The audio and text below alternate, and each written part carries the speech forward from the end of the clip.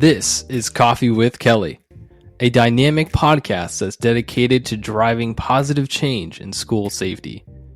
I'm your host, Ethan Woodman, Product Marketing Specialist for Crisis Go, and I'm joined by my esteemed colleague, Kelly Moore, Senior School Safety Specialist for Crisis Go. Our mission is to empower you with essential knowledge, tools, and inspiration required to foster a safer and more secure school environment. We hope this podcast will be the catalyst for transformation in your schools. Join us as we continue to dive into the world of school safety. Good morning, Kelly. I'm going to make sure I put my mic closer to me so that everyone can hear my voice. Yeah, but now we can see your face. Way off in the distance. Well, you know, a lot of our subscribers aren't on YouTube, so they don't care to see my face anyways. Well, maybe they should go over and see what they're missing. Good morning, Ethan. Good morning. How are you? It's good morning. It's getting warmer out. Awesome. Yeah. All the snow is turning all the dirt spots into mud, so is that where they call mud season for you guys out there? Yeah. So I've got my muck boots ready. Awesome. Got to have muck boots, I'm telling you. It's amazing how fast. I was away for the weekend and I came back and we're starting to turn green. The leaves are budding out and the grass is starting to grow. So I'll probably start mowing grass in a week or two. But things are moving here. The daffodils are all blooming. We're getting there. So yeah. What do we got today, Ethan? For a second there, the video glitched or something, and it almost looked like you had spilt coffee on your camera. I didn't. I thought you did your occasional spill coffee on your computer thing. So it's more than it's pretty regular. Yeah, I have a tumbler today too, so I can keep my coffee warm for our entire conversation. And it looks like it says Mandalorian, but it does not. It actually says Dadalorian. Yeah. So I guess I'll start off with a story, and I'd be interesting to hear your take. So we've got, I'm trying to remember what grade level is, 4 or 5 year olds. Kindergarten.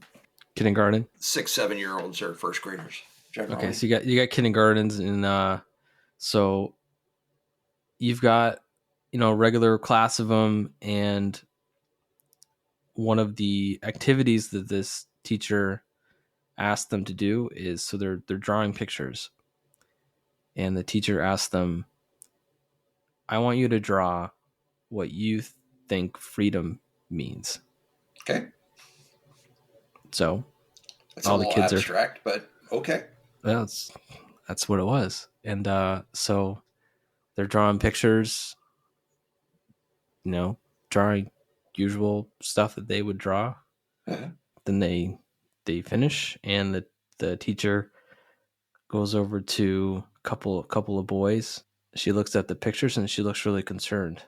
And the two boys had drawn pictures of, I'll say, military guys shooting bad guys with guns included. Mm-hmm. That was obviously very different than anyone else in the class. So the teacher was a little concerned. So the teacher had actually eventually called their moms to say, hey, what's going on here? What did mom say? Mom said, you asked them to draw a picture of freedom. Yeah. Should any one of these boys be put on some watch list? Some watch list of any sort? When you ask children to do something, you can't really be surprised at whatever goes on in their mushy little brains, right? It can be many, many things that come out of those little brains. If you're going to ask that, you're likely to get one or two that are going to show what they believe, especially if they come from a military family, especially if they come from a family that hunts or is pro Second Amendment.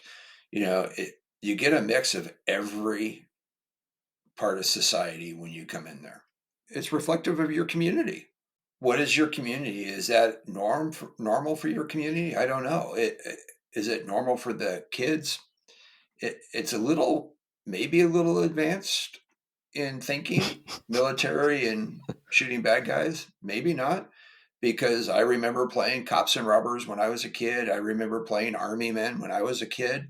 I Yep. don't remember how old I was. I was probably a little bit older than kindergarten, but not much. Now we have to address it, right? Because here's what's concerning from the teacher's perspective. Mm. We've talked about leakage. We've talked about violence being expressed in drawings and so forth. And I'll tell you that from Kelly's perspective is when we start talking about leakage, that is one of the best indicators of potential violence and in the future. And it's likely a short time frame, but I'm not going to say it's going to happen in the next couple of days, but it's getting closer in their person's mind that something is going to happen. So if we're going to ask those questions and we're going to get drawings, or there's a probability that we're going to get drawings that show some sort of violence, we have to put it into the context, right? The context of the situation, the question. You said freedom. Okay, little Johnny, little Billy, what does this mean? Mm. Why did you draw this? Did they both look at each other and say, I'm going to draw this? Do they play little army men together? Are they from a military family? What's the context of the drawing? What does the drawing mean to them? If you're going to ask them to draw something and they draw something that concerns you, you should address it. Talk to the kids. Talk to them. They'll tell you. That's true. They'll They tell you will. exactly what the reason they drew that. You want to know the one part of the story I didn't tell you? Sure, that would be helpful. What one of these boys was me, and the Was other one you? and the other one was my friend that I. This is how I met my best friend. Uh, because you both got in trouble for. We had never met before this, Oh, and we didn't know. I don't remember us knowing who that we were both drawing this. I think we both drew this unbeknownst independent. independently, Uh, and we became friends because eventually we looked over. We're like, "Hey, you're drawing the same thing I am. yeah. Let's be friends." Are you still friends? Yeah, Yeah. he's been. I was like 4 years old, and I'm now turning Old. 34 this year. So it'll be like 30 years I've been friends with him. I was asked to bring up that story. My wife was like, you should tell Kelly that story, but like don't tell him it was you and see what he Yeah. says. Yeah, but I mean, what was the end result? So like I think the teacher brought both my mom and his mom off to the side or something and said, hey, like both your sons drew this. Like what's going on? And they both kind of responded like, well, what did you ask them to draw? He said freedom. Like that's how they envision freedom is this is why we have freedom. They weren't concerned at all. I honestly don't remember if I was talked to by the teacher. I could have been, but it was so long ago. I don't remember. The point here is context. Yeah. Whole different story if we ask 4, 5, 6 year olds or kindergartners, just draw a picture with no context. Just we're going to draw something. Draw whatever you want, and that's what they pick. But still, you have to put it into the context. Why did you draw that? Because me and my friend were playing Army the other day, Army guys, and we had the best time. This is in front of your mind. This is recent. Yeah. You guys like playing? Yeah, we had the most fun. Is different than if that child says, I feel like killing people, right? I feel angry all the time. And this is, you have to put it into the context. And that's irregardless of the age of the child. Because what you're trying to do is find where they're coming from, talk to them. And the young kids will tell you. They're very honest. They're very honest. Yeah. Too honest sometimes, probably. You're just trying to put it into proper perspective. And So what does it mean? And then that's what you really need to focus on or not focus on. I think this spurred because it was from, and maybe we'll talk about this on a different podcast, but it was from I can't remember if it was a news article or it was just in a forum or something where a teacher was recounting something that this little boy said at a daycare Mm-hmm. about, like, he got angry with something that he wasn't getting his way or whatever, and then he's like, I'm gonna go home and I'm gonna get my pew pew, Mm-hmm. or not my pew pew, but go get a pew pew.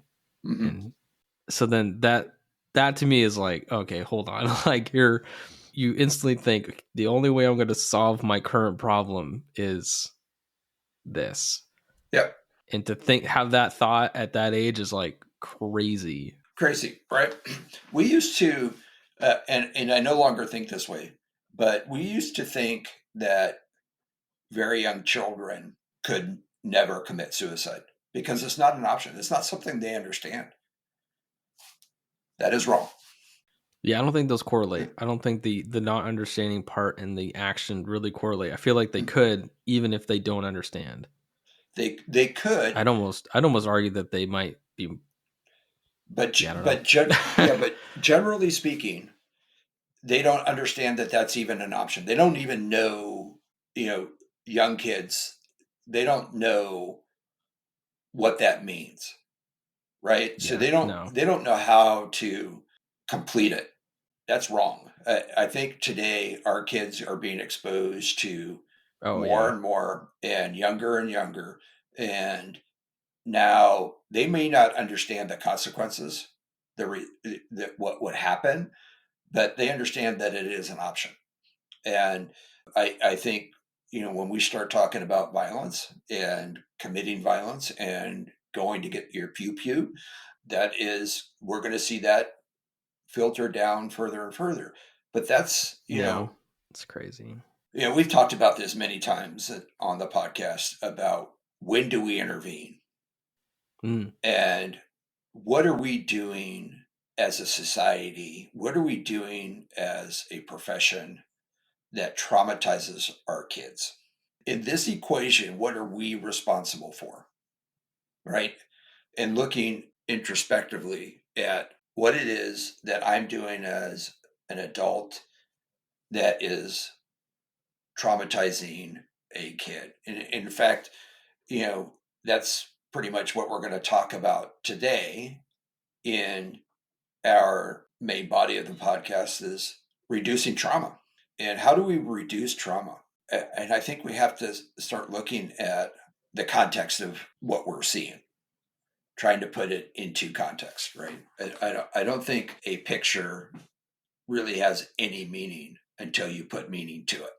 So why did you draw that picture, Ethan? What I understood freedom was. That's how we have it, basically. Did you frame the picture? No, I should have known. I mean, it's like my dad worked in an industry where he designed stuff for those type of guys, so it doesn't really surprise me that I would draw that. I have a good friend whose dad designed a lot of stuff for the military. Nice. My dad probably knows him. He was one of those guys that was working a lot of black projects. He was high in the Pentagon running, black book projects and things like that. So it's there. It's interesting. I called him jokingly the supreme allied commander of all alien forces. I feel like you've said this before. I remember that. Yeah. His dad was gone quite a bit. It was interesting. He wouldn't see his dad for weeks, and he would ask his mom, "Where's Dad?" I don't know. I don't know. He couldn't tell me. He'll let us know when he's ready. Oh man. How do we reduce trauma And when can we reduce trauma? How and when are questions that we're going to continue to answer for and ask and answer for years and years.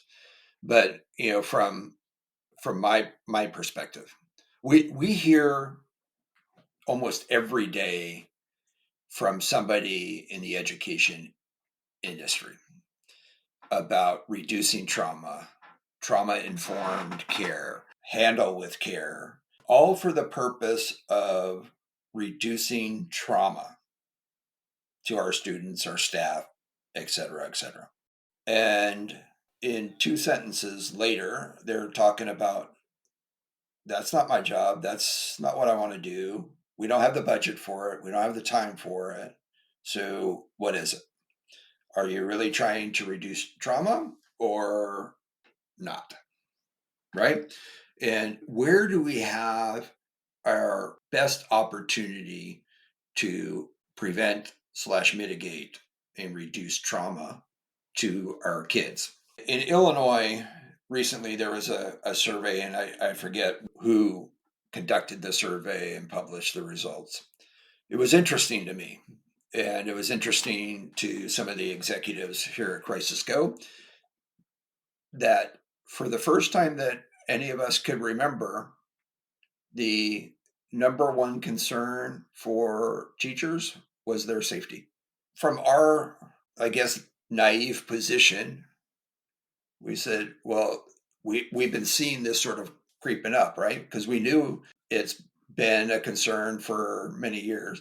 For many years, we've had people, I don't think they were sincere about it, but they thought they were, about what's your number one priority? Safety.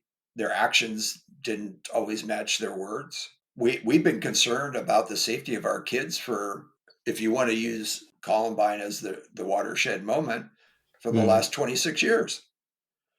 At some point, you know that's going to start seeping into the level of the teachers for a few reasons, right? One is that we're always harping on school safety, school safety, school safety, and we're not really showing any results depending on what statistics you're looking at, and we're harping on it. And so these teachers are growing up as children, students in the academic environment, and now they're teachers. They're becoming teachers. The teachers of today, especially the new teachers, have only been alive in the post Columbine era. So they've been exposed to this all along. So it makes sense to me. It doesn't make sense that we're not taking any actions, but it does make sense that they're gonna feel traumatized by it emotionally. Anxiety is going to be increased.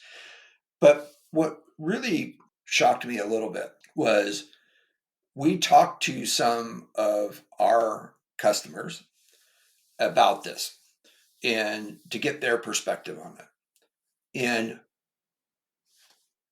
on the call, there were probably 10 people or so, but a few of them said, no, no, no, no, no, no, it's not that they, if you were to delve a little deeper into their response, you would find that it's not safety, it's something else, discipline, lack of support, all these different excuses, really.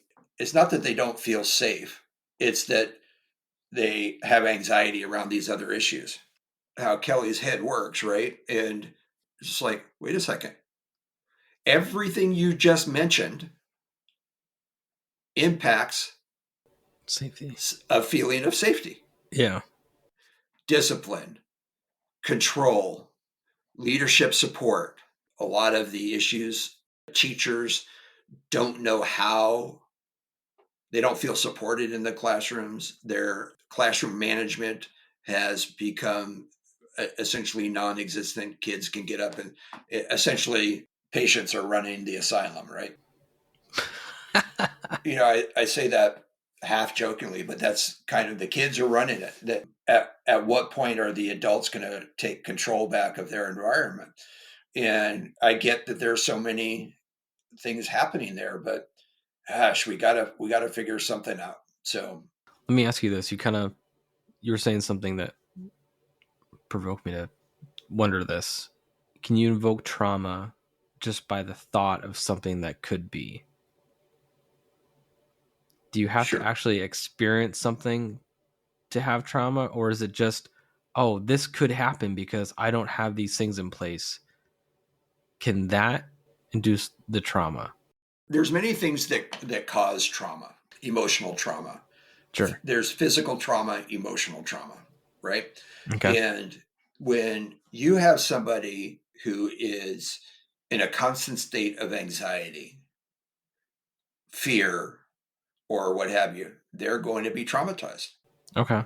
We talk about in the pathway to violence, the first stage is victimization, right? So, and we generally speak about on a pretty narrowly focused spectrum. We're talking about people who at some point are going to become shooters, right? They're going to attack the school or whatever. And that's the purpose of that pathway to violence. The reality is, for the past 10 plus years, probably somebody is going to say 20 years, and I would not say you're wrong. I would say, yeah, you're probably right. I don't know. But I know for the last 10 years, under the guise of support, we've lifted people to be victims who are victims and placed them on a pedestal and celebrated them. So now we have all of these people who are seeking attention by claiming they're victims. Their whole identity is around being a victim. So now we're just putting everyone on the pathway to violence. Well, Everyone's on that no, first stage. but we are creating this sort of, we hear it all the time, this victim mentality. And when you have a victim mentality, then you're always in fear. You're always anxious about something. Do I think we should support victims? Absolutely. There's no question when they're truly victims. And I think sometimes we go overboard and we give too much attention and we create this sort of environment or this cycle where I got a lot of positive attention to somebody who's seeking positive attention to becoming this sort of professional victim. I don't know the answer to that, but here is the answer to what the question is can our actions cause, do they have to experience trauma to feel the trauma? I don't think so. I Hmm. think sometimes we create our own situations where people are in fear, people are anxious. I think depression and anxiety is on the rise, and I mean exponentially on the rise. It's increasing very quickly. I think that's part of this sort of fear of what's going on in society today. So the answer to me is I believe it is. I'm not a psychologist or psychiatrist. I'm not a Makes sense mental though. health professional, but I see it all the time. I see people who are anxious, and Yeah. anxiety impacts your mental health. So I mean, it makes me want to ask a question of like, if you're a school district and you aren't taking the necessary steps to make sure your classrooms are protected and your teachers know this, right? Your teachers are like, "Hey, I'm on all these forums. I see things that other people have and I don't, and hey, I listen to the Coffee with Kelly podcast and I'm starting to understand, what we're missing, and now I'm kind of scared. Like even a minor incident could be pretty challenging." So, We talk about reducing trauma all of the time. We just have given you some examples of where I believe we create trauma. There are many ways, if you are proactive in keeping your students and your staff safe at schools, we increase our opportunity to reduce trauma. We have to, at the same time, we have to be careful not to create a false sense of security or a false sense of safety. That's very true. Because if it's false, at some time, Your trauma is going to be even worse. it's going to be worse. That's absolutely correct. And you're going to see somebody else who is victimized, who are in a similar circumstance of this false sense of security. When we start talking about left of bang, if we're working on the left side, we're creating policies, we're funding, we're creating best practices, emergency preparedness. We're looking at ways to prevent and mitigate trauma. If we can remove the anxiety around going to school and being safe, then it's well worth all of that effort. If you have this false sense of security and you are working totally on the response side, you're going to wait for something to happen and then press a button and it's going to come and somebody's going to come and save you.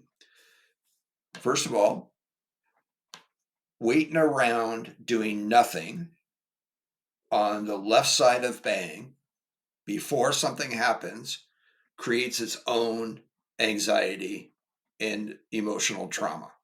I don't feel safe. I don't know what to do in an emergency. I don't know how to react. I don't know who's in charge. I don't know. Not knowing creates anxiety. Uncertainty as to what's going to happen creates anxiety, depression, and so forth. Having people, this is where knowledge is power, understanding, skills, experience. If we can create that on the left side, we can also reduce what happens on the right side of bang. We can reduce the trauma because we understand time is critical. And if we take steps to reduce the trauma beforehand and we build resiliency beforehand and we provide for mental health support, identification of those who need it most, and we do reunification as quickly as we possibly can. We get people back. We reduce that trauma. We reduce the impacts of the event.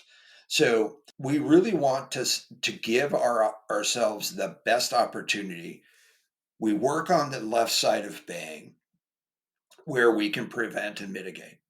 Prepare for it if it doesn't come. We see it all of the time. And in fact, we just did a webinar about this, and everyone today, the trend is trending up is let's get a panic button. Laws are out there. They're coming to your state. If you haven't seen it, it's coming. Get a panic button, get a panic button, right? And I'm going to make this perfectly clear. Am I against panic buttons? No. Do I think everyone should have a panic button? Yes. Do I think you need to wait till there's a law that mandates it? No. Get it? We have it. We sell it. But here's the reality. A panic button is a response mechanism. Something happens terrible. You need help right now. Bam, hit the button. We don't want to play there unless we have to, unless we're forced to be there. And when I say have to or forced, that's because we have done everything else that we could possibly think of to prevent it, to identify it, to mitigate it, to prepare for it. We've done everything else, but it's happened to us anyway. Yep. And that's part of what we live in today. This is part of society. We can do everything right and still have an incident. The difference between buying a panic button and just waiting for something to happen and preparing is night and day. Yeah. And your ability to respond appropriately and to reduce the trauma is incredible. The difference there. And it's one of those things that it's worth the time, money, and effort that is required, because we are today 26 years past Columbine, and we are still dealing with it. And this is meant with no disrespect or anything negative about it, but we're still dealing with the trauma from Columbine. If you think that somebody's going to be involved in an incident of any significance, like an active shooter in a school, and you think they're going to walk out the other end and everything's going to be okay, you're mistaken. You're going to be you're dealing with it for the next week, next month. You will be dealing with it forever. That's a lifetime. Yep. Every year on the anniversary, somebody's gonna be reminded. You're gonna have a memorial on the anniversary. Your schools, your community is going to bring it up over. Let's not forget the victims. Let's not forget what happened. Okay. But I totally understand that. And that's part of the recovery. But it's also, for many of those involved, recurring trauma. So let's try not to have that happen. And the only way to do that is not waiting for something to happen. Yeah. Right. And not playing in this response world. I get it. I totally get it. It's easier until you have to do it. Then it's more traumatic to anybody. And it's crazy. If I'm a school, Kelly, and I go, oh, I totally get what you're saying. I want to reduce trauma too. That's why I don't do the drills with the law enforcement coming in, because that's gonna be just traumatic to my teachers. So I totally agree with you, Kelly. So I'm not gonna do it. What's the response there? Then you totally don't agree with me, right? Yeah. My response is you can't totally agree with me and then say I'm not going to do it, because you have to do it if you agree with me. But I'm going to tell you a story. I think I've told you this story before. When I was a school safety coordinator for the school district I worked with right after I retired from law enforcement, I went to a active shooter response training day at a university 30, 40 miles from where I was at. And I went into a class, and I was obviously the oldest one in the class, older than some of the presenters. And it was around response to an active shooter, this particular class. You could pick and choose. I even forget what the actual topic was, but it was around the initial response. And drills and exercises, I think, was the topic. It was in a panel style where you had several people up on a panel, and they each presented, 15, 20 minutes on their area of expertise. And one of the presenters comes up and says, you have to reduce the trauma of training. Make sure that you're not doing any of the training that causes trauma. and I said, okay, Did you just stand right up on that one, or not yet? No. I said, this is going to be fun. So oh boy, she says, as an example, oh no, she worked at a local high school. She was a school psychologist, I think. She said, I was required to go to a first aid class. Okay. I said, okay, they have to do it. Sounds like a good idea to me. She went thinking it was going to be basic first aid and CPR refresher. That is not what it was. It was stop the bleed. Nice. If you can imagine, if you know what stop the bleed is, it's stopping bleeding, meaning somebody's been shot, stabbed. It's trying to save somebody's life. She said, I could not go in there. That was too traumatic because we would have to learn how to stop this bleeding. And that was just too much trauma for me. This is typically on like a dummy, isn't it? Mm-hmm. Uh, Yeah. fake blood, Fake blood. Yep. fake body. Yeah. Like, So she's going on, and I said, let me ask you this. If you had learned that skill, even going through the trauma, and you were able to save a life, wouldn't that be good? Well, yeah, but the training is just too trauma. I says, so now let's go to the real other life. side of that. You chose not to go to life-saving medical training. The child that just got shot is at your feet and you can't do anything and they bleed out because you chose not to go to the training, which is going to be more traumatic. Well, but no. Here's the deal. They call this stress inoculation. There's a lot of things that we train in that are stressful when we train.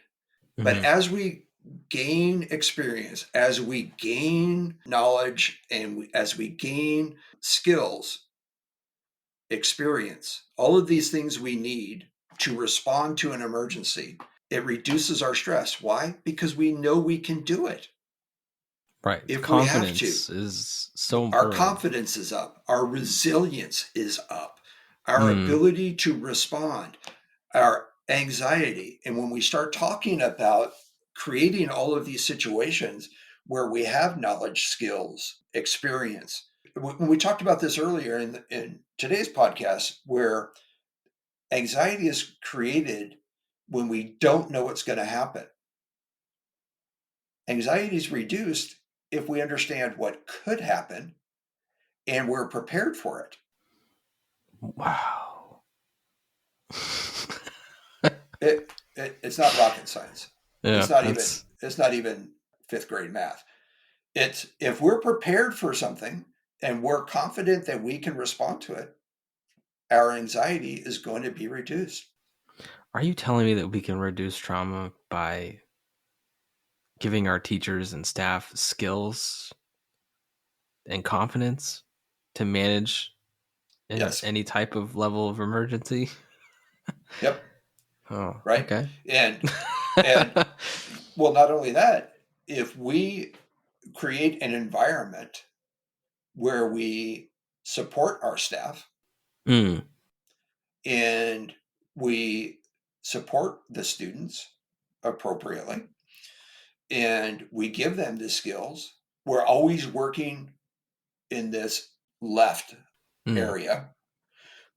If we're always playing there and working in that environment, the small occasion, the one off occasion that we have to respond to something, we're going to do it with confidence. We're going to do it with expertise.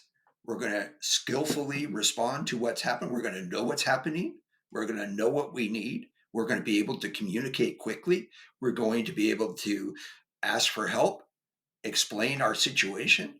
All of these things are going to just come together because and there is so much training in both the military, law enforcement, fire departments, all of these training intensive fields that when you have a critical situation, you always revert back to your level of training. If you are not properly trained, you revert back to trying to figure it out, Yeah. right? And then that takes time that you may or may not have. but that takes time to work through situations that you've never experienced before. We call this reducing the reactionary gap. Yep. In response to the reactionary gap is a thing. It If we definitely have is. prepared for it, we have experience, we have knowledge, we have skills, all on the left side that we've gained here, that reactionary gap is very small.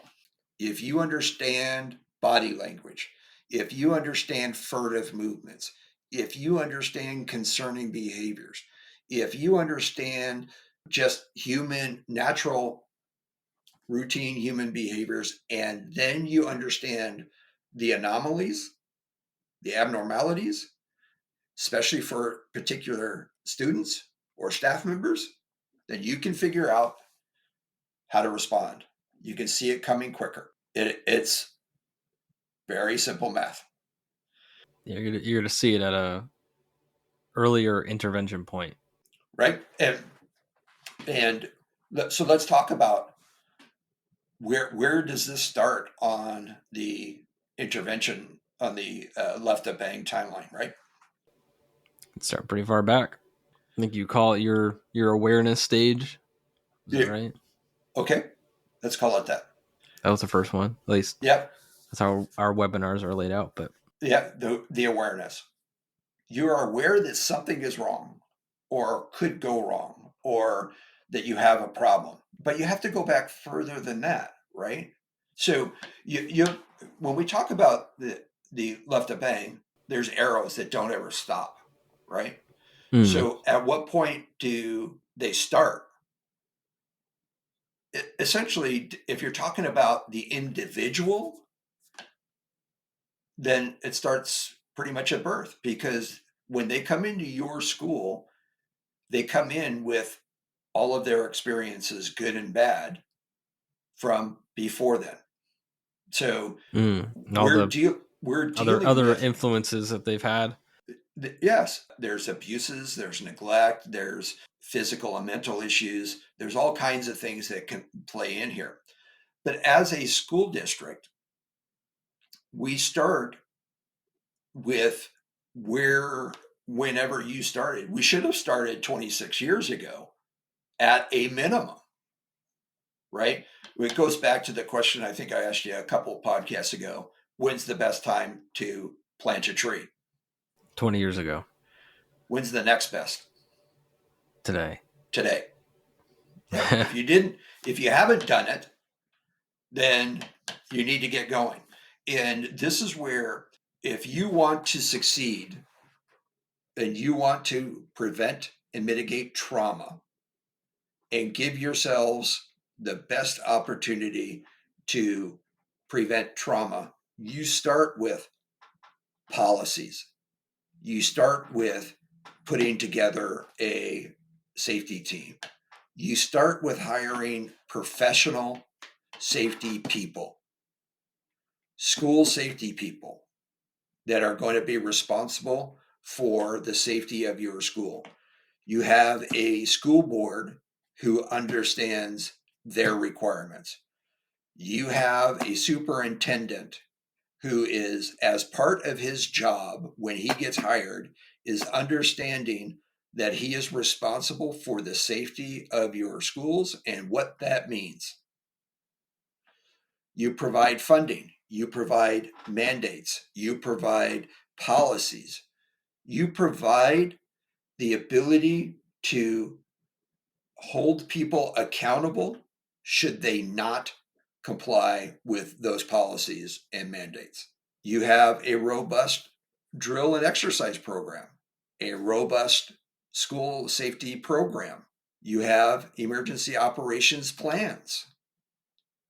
You have created partnerships with internal and external stakeholders that are going to help you succeed. Everyone is going to be part of the solution. If you have somebody who is not part of the solution, find somebody else who will be, whatever that I've means to always you. thought if you're not part of the solution, you're part Part of of the the problem. problem.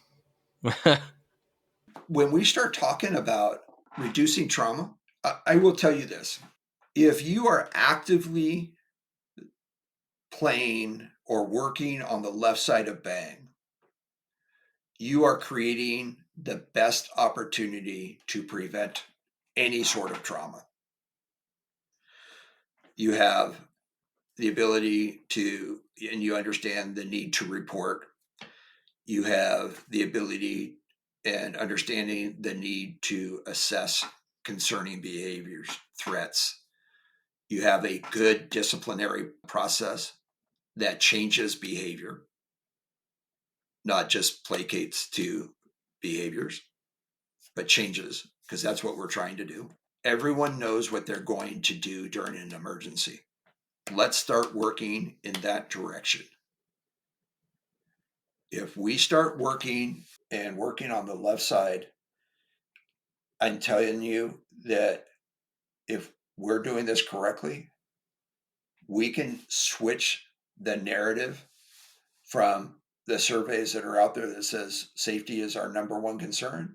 We can switch that to our number one concern is making sure everyone graduates, right? Or that we have 90% of our students go on to further their education, or what we can concerns that we should be having. We can focus Yeah. on success. We can focus on um, what I believe really is the mandate of the schools, and that's to educate our kids and make them productive people within our society. That's what their mandate is. Let's focus on that. But even Maslow says you can do very little of that if they don't feel safe first. This is not the world according to Kelly. This is not new. Yeah. This has been taught for many, many years of the basic human needs. So I don't understand. What was it, like food, safety, and shelter? Yeah, I think it's Tom's right. I think the I don't know if it's in that order, but it's in the it's in the second tier, and yeah. the first one is very basic needs of food and shelter, I believe, and then safety and security is the next. Go figure. Hmm. Yeah, and I wish I had invented this, but I'm not. This is basic human psychology.